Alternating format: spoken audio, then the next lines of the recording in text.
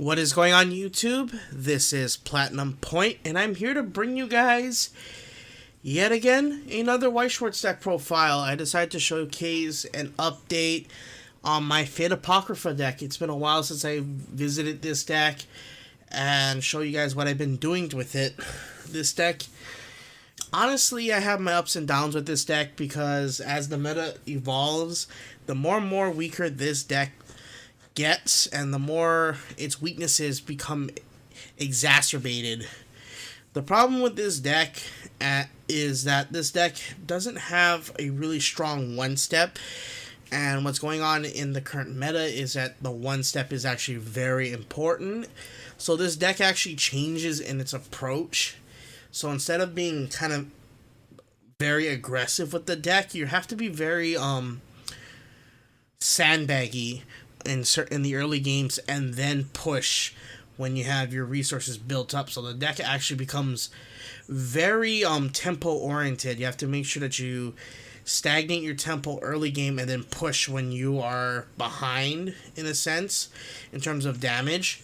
That's where the deck starts to get its speed, is when you're behind your opponent in the early games, and then maintaining even trades as the game progresses, because less and less will you get your level 1 combos off, because you can't climb 7k that easily compared to most boards. So this deck I had to take that into consideration. So without further ado, let's get on to the deck profile. So before I start with the characters, I play 4 book and 4 gate. So yeah, I'm still using the Astolfo one step with the Mordred top end. So without further ado, let's get on to the 0 step. So we're still playing 4 copies of the Frankenstein on Death Akatsuki, as it is your main form of hand fixing and deck thinning in the early stages of the game. Then with the addition of the trial deck Astolfos, I am playing 4 copies of it. I managed to pull a triple rare version of it. I'm kind of happy with that. So this is your main utility at the 1 step when you first start out, because it's a free runner and it allows you to build stock efficiently at the 0 step. Next, we play 3 copies of the Mordred Riki, which is which comes when it comes into play, you can top check and decide whether to keep it or mill it, and it's a pay 1, clock yourself, salvage I think it's a level 1 or lower. Yep, level 1 or lower character. So it's a salvage Riki. Pardon me if I forgot about the effects. It's been a while since I played this deck, but it's still one of my favorite Fate builds. Next, we play 3 copies of the Mordred Salvage Brainstorm. This is basically your main plussing Brainstorm in the deck, and it's also untouchable from your opponent's effects, which is really nice, since Goblin Slayer likes to bully the backfield sometimes. Next, we play 2 copies of the Command Seal or Level Flip Jeanne, which is also Global 500. You already know what she's here for, since this deck runs on the Command Seal mechanic. And then lastly, we play 1 copy of the Jeanne level 0 pumper. I forget what's the term, I think Shimakae. So it allows you to pump your 1 step and help you kind of close that power gap, and allow you to get the Astolfo reverse. And then lastly, for the 0, we play 1 copy of the Shiro Drop Search. Now for the 1 step, we still play 4 copies of the level 1 Astolfo Climax combo, which is in combos with the book, and it's an on reverse. Check the top card of your deck. If it's a Master, Servant, or Homunculus, add it to your hand, and then during your opponent's turn, it gains the ability on front attack bounce. So this card is actually really good on paper, the effect. The problem is it's a 5k unit, and even with Climax combo and the proper board setup, only the center lane is breaking 7k, and the sides are only going to be 6-5 lanes, which means you're going to be losing a lane, most likely, since everybody's playing lanes that can be backed up and raised to 7k, or if you're playing against AOT, this is really hard to get the reverse, so what you have to do is kind of sandbag, and you reach level 1 before your opponent in order to get the reverses off. And that's kind of the main strategy of getting this one step off early, is so you launch it first. And then next we play 2 copies of the Bridal Crest Frankenstein, which is an on reverse blind stock, and you only get this ability when you activate an act ability, which is really easy. You just gotta brainstorm or use the Jean tap tap level flip. Speaking of Jean, we play 2 copies of the Jean Power Pump. When she comes into play, you can give a Master Servant character plus 1500, and when this card declares an attack, you may pay 1, flip a card in your level zone face down, and give all your other characters plus 1 soul. So this allows you to do cheeky plays at the 3-step if you know you can clean. If you need to only close the game by small damage by just doing the side game strategy. But mainly this is here to help pump the Astolfo and make sure that you get the reverses. And then lastly, we play 2 copies of the 15k backup Jean. Sadly, this deck does not have 2k backup.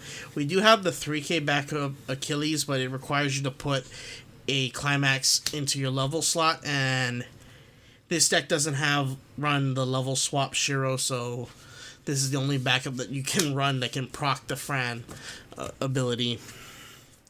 And then now for the 2-step, we play 1 copy of the 2-1 level 3 boosting Astolfo.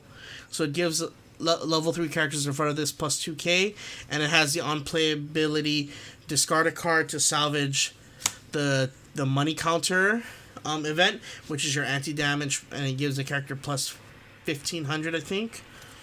Let me check. Yeah, plus 1500, and it's an anti-damage counter. So this, you play this because you need to be able to survive certain hits and block out damage. And this deck does build decent amount of stock, so you can actually play it. Lastly, for the 2-step, we play 2 copies of the Mordred 2-1 promo, since this is a 2-soul beater. Why not? For the 3-step, we play 2 copies of the Jean early play, which is an on-play, draw a card, and then play a cost 1 or less character from your hand for free. So this allows you to basically fetch out either your 2-1 Mordred or the 2-1 Astolfo backliner in order to get a free salvage of the money counter. So you have a wide range of utility with this 3-2 Jean. Mainly you're going to use this to either free play the Mordred, since it's free damage pushing potential. But in some cases you do find yourself wanting to play the 2-1 Astolfo backup, so you can make this bigger and also salvage the money counter. Lastly, for the 3-step, I play 3 copies of the Jack the Ripper finisher. This is your secondary finisher of the deck. When it comes into play, top 2, you draw 2, discard 1. So this allows you to dig for your the climaxes that you need, and it's a discard 2, burn 1. And the best part is when you declare and when you engage in battle with this card, your opponent cannot activate any backup cards. So this allows you to push a lane really easily, and even push for damage if you need to. Lastly, for the 3-step, we play 4 copies of the Mordred 3-2, the Final Flash Mordred, which climax combos with the door. So we pretty much run the same finisher like last time, because it's the only viable finisher other than you just playing cheeky burn 1s, which is fine. But the reason why I like the Mordred one is that it significantly can push damage, and you can lane 2 Mordreds, and you can progressively make the damage bigger by just first swinging with 1 Mordred, burn 1, swinging with the second one, burn 2, so you're pushing damage at a gradual pace. And because this build is a little bit more stock friendly, since you're building a lot of stock with this deck, you can actually just play 2 Mordreds and a Fran to end the game, to finish the game, because these will always push for what was it? Accurate damage. I forget what the word. Precision damage. Yeah. So this is your precision hit lane, or you can even do, if you're gonna be cheeky, since if you know your opponent is at 3-3 or 3-5, you can use this to basically close the game out, because you can swing with this, potentially overswing, get the +1 soul onto these 2, and then you can side the lanes. Since this will be a burn 1 side 1, and this will be a burn 2 side 1, which will help you close the game nicely if you wanted to go that route. This deck has many paths to end the game. The only problem is just getting there is really hard in the current meta. So I hope you guys like this deck profile. Fate Apocrypha is probably one of my most beloved Fate sets, next to Fate Stay Night. I hope you guys rate, comment, and subscribe. False crack that like button. Punch the bell for notifications about future content. And the next deck profile will be my Grisaya deck. I was going to show Grisaya beforehand, but I decided, you know what, I want to revisit Fate Apocrypha. So I hope you guys like this video. Peace out, YouTube.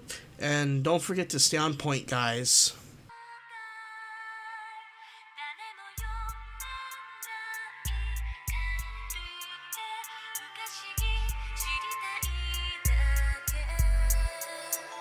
다